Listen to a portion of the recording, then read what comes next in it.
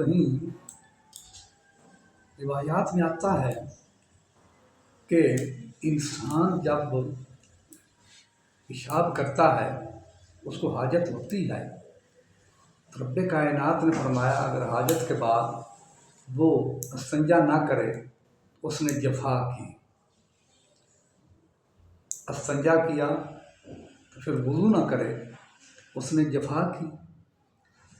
اور اگر وضو کرے تو نماز نہ پڑھے، 2 نفل تحیت الوضو کے نہ پڑھے تو پھر بھی اس نے جفا کی، اور جب اس نے نماز پڑھی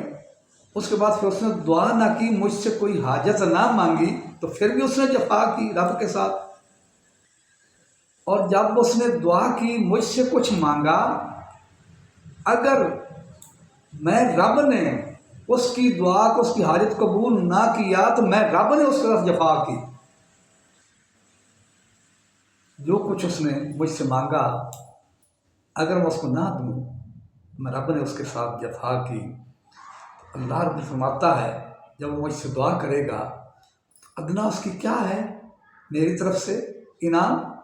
میں اس کے تمام گناہوں کو معاف فرما کر جنت الفردوس میں داخل فرما دوں گا۔ یعنی 2 اس عالم میں تحیت الوضو نفل پڑھنے میں 2 چیزیں انسان کو حاصل ہوں گی، ایک تو یہ اس کے تمام گناہ اللہ تعالیٰ معاف فرما دے گا، اور خدا فرماتا جب قیامت کے دن وہ آئے گا انسان تحیت الوضو کے نفل ادا کرنے والا، اس طریقے سے وضو کرنے والا، مجھ سے دعا کرنے والا، جب میری بارگاہ میں حاضر ہوگا تو میرا اس کو دیدار جو ہے بلا حجاب نصیب ہوگا۔ یعنی وضو کی جو ہے بڑی اہمیت ہے۔ روایات میں آتا ہے جو انسان باوضو ہو کر سو جائے، اگر رات کو اس کی ڈیتھ ہو جائے، فوت ہو جائے،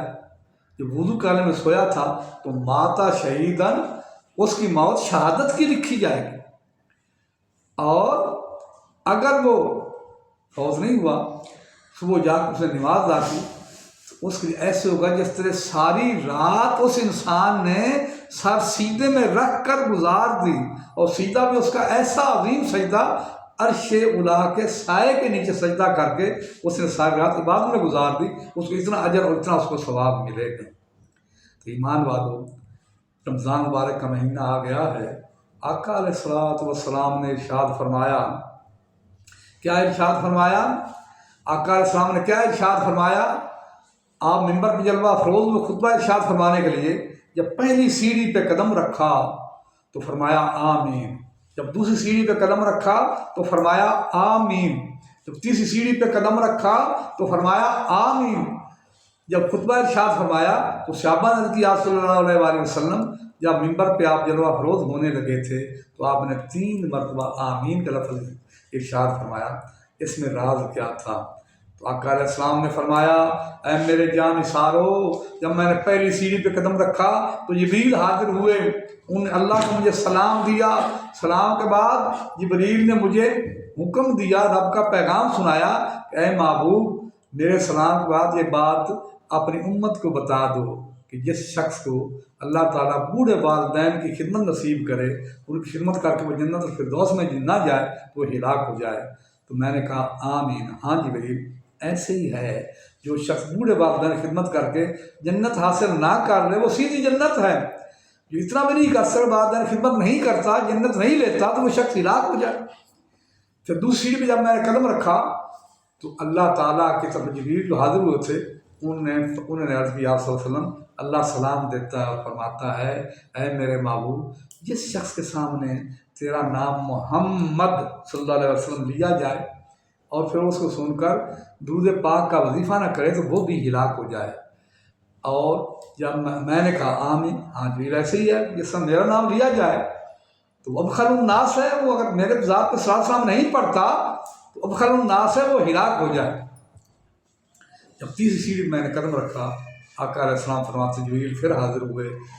عرض کیا صلی اللہ علیہ وسلم اللہ کا سلام قبول ہو۔ رب فرماتا ہے اے میرے لاڈلے محبوب، وہ شخص جس کو اللہ تعالیٰ رمضان کا مہینہ عنایت فرمائے، وہ رمضان کے مہینے کو پا کر اگر اس کی خدمت نہ کر کے اس کی خاطر تواضع نہ کر کے، روزے نہ رکھ کے، تراویحاں نہ ادا کر کے اگر وہ جنت الفردوس میں نہ جائے، جنت کو حاصل نہ کرے، اے اللہ تعالیٰ فرماتا ہے محبوب اپنی امت کو بتا دو کہ وہ شخص بھی ہلاک ہو جائے۔ اللہ اکبر! ایمان والوں جو روزہ نہیں رکھے گا جان بوجھ کر، جو روزے قضا کرتا ہے، لا یقضی الصوم کل الدہر، اس کی قضا پوری زندگی کے روزے بھی نہیں ہو سکتے۔ آپ نے فرمایا اول رحمت، اس مہینے کا پہلا عشرہ جو ہے وہ رحمت کا ہوتا ہے، دوسرا وہ اوسط مغفرہ، دوسرا بخشش کا ہوتا ہے، اور تیسرا عتق من النار، اور تیسرا جو ہے وہ دوزخ سے آگ کے چھٹکارے کا ہوتا ہے۔ میرے ویڈیو کو لائک بھی کرو، فالو کر سبسکرائب بھی ضرور کرو۔